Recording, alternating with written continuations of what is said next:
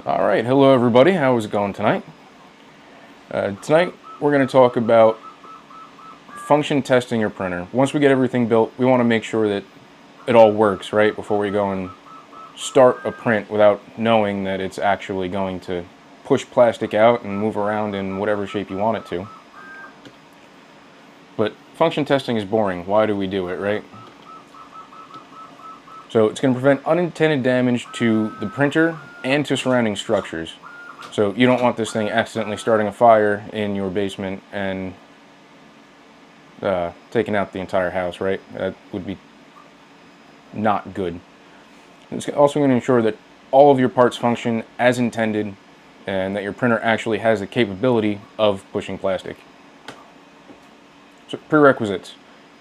The other two videos that we did already, you need to flash the Raspberry Pi, install Clipper on that and on your main board. Have a functioning web interface, so we went through the entire presentation number 2, and we have either mainsail or fluid running, and the ability to send console commands. We're going to be doing that right through the web interface, whether that be mainsail or fluid. We're going to start with the heaters. Now, we can finally plug in our heaters after we get the printer.cfg made, and we're going to watch the temperature graph in either mainsail or fluid, whichever one you chose. The current temperature, when it's doing nothing, should be the room temperature. So it should be fairly low. And the state should be off for however many you have. For most of us, that's going to be 2, one for the hot end and one for the bed. I know that some of us have 6 hot ends and are going to have 7 heaters, but that's a different story. To verify the heaters, we're going to take 50 degrees Celsius that is, and type that into the target box on the right side. That's going to set the temperature to 50, and you should be able to watch the temperature rise. Once you see it rising, just shut it off. This is just for verification that it's actually using the right pins. When you shut that one off because it works, do it again to the bed. And this is exactly where I'm talking about right here. So on the left is the heater name. The state is off. The current temperature is going to be the room temperature. And the target is what you want it to be. Because these are off, target is 0, but that's where we're going to set it to 50 and then turn it back off. Once you verify your heaters, we're going to move on to the motors. And the command we're using for that is step or buzz. We're going to be typing these into the G-code command box in your web interface.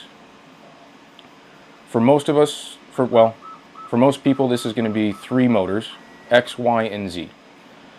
In other printers, you may have multiple Z motors, like in Trident, you'll have 3, and a 2.4 will have 4. So step or buzz is going to rotate that motor clockwise just a little tiny bit, and then turn it counterclockwise the exact same amount. And it's going to do it several times, so you're just going to watch it twist and do a little shimmy there. This is going to let you know that first, that the motor is working because it's turning, and second, that you have it plugged into the right pin, and the right pin is configured in Clipper. So when you say stepper buzz stepper X and it moves Y, well, we know we have it either configured wrong or plugged into the wrong port. Make sure you test every motor that you've got. So if you do have a 2.4, do all 4 of your Z motors. And make sure that when you tell it Z1, it's actually doing Z1 and not Z4. So a few common issues: the stepper doesn't move at all.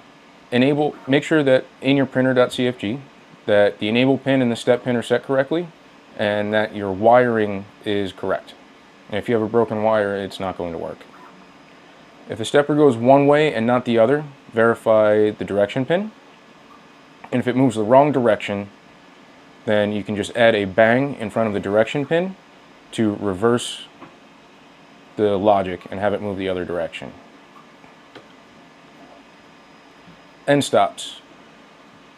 Move your axes manually with everything turned off so that none of your end stops are being pressed.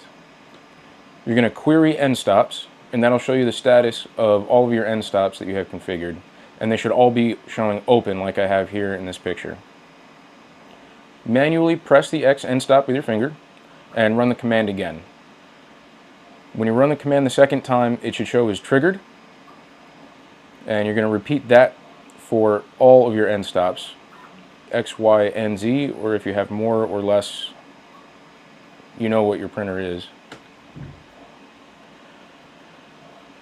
If your end stop shows triggered when it should be open and vice versa, we're going to do the same thing we did to reverse the motor direction.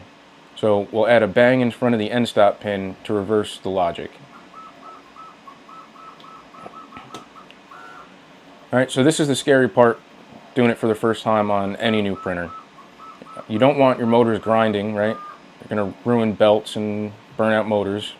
So be prepared to shut off the printer immediately. You can do this with the emergency stop button on the display, on the web interface, the restart button on the interface, and as an absolute last resort, not something you ever want to do, is pulling the power to the printer.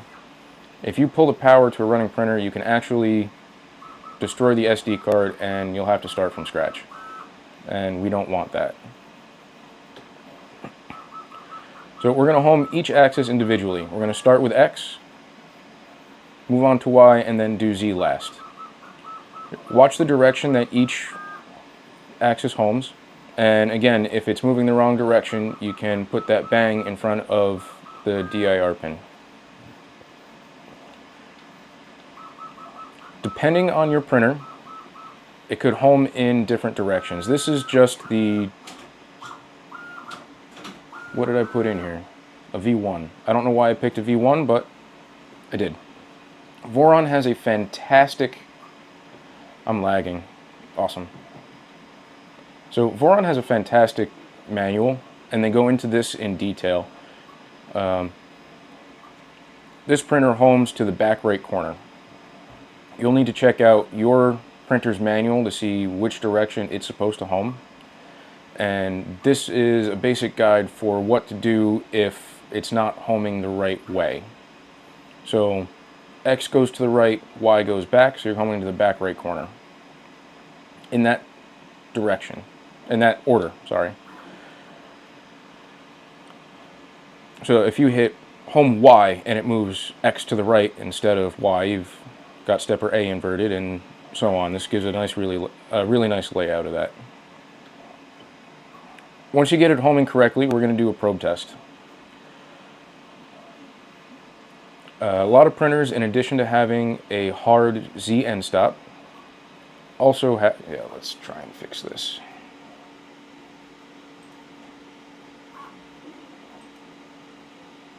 All right. A lot of printers, in addition to having a hard Z end stop, also have a bed probe that we use for things like a bed mesh or a quad gantry level on a 2.4. So when we do that, we also need to test that probe. Move your tool head to the center of the bed and bring it above the Z axis a good bit. It'll have to be further away if you're using an inductive sensor than if you're using an actual switch like a clicky probe. And we're going to query the probe just like we did the end stops, and it'll show open or triggered. And if it is reversed, again, put the bang in front of the direction pin, or I'm sorry, not direction pin, the probe pin. And if you have an inductive probe, you can trigger it instead of by moving the bed up and down. You can just place a metal object under there, one that is ferrous, so that it triggers, and that'll be a lot easier than trying to move the bed.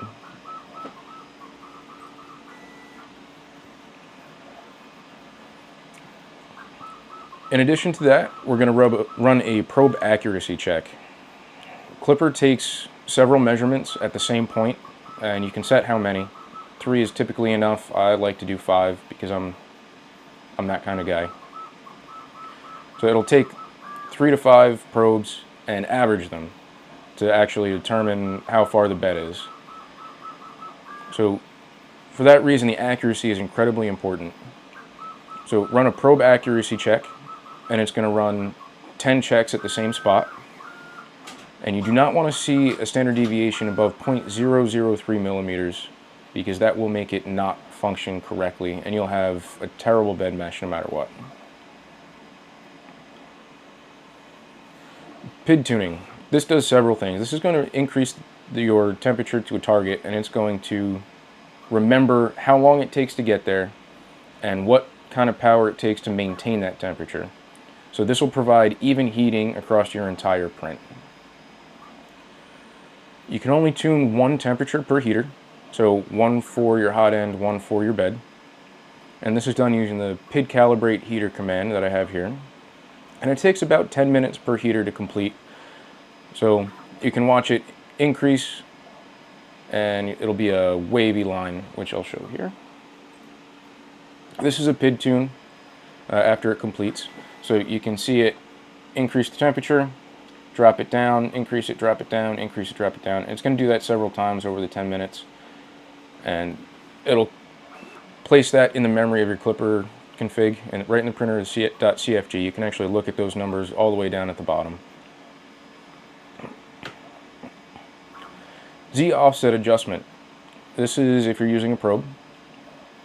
So home all axis X, Y, and Z, and run a Z end stop calibrate. It's going to move the probe to the center of the bed and probe once, and then you're going to move the Z axis up and down using test Z equals. Start with big numbers and get it close, and then move to smaller numbers.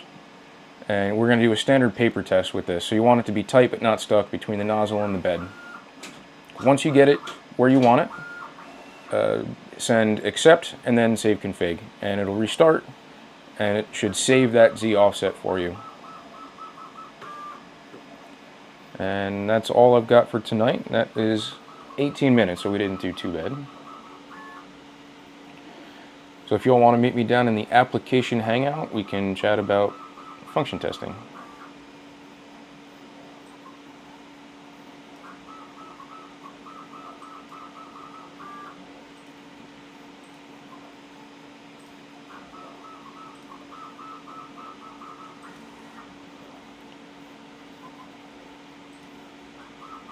So I'm not sure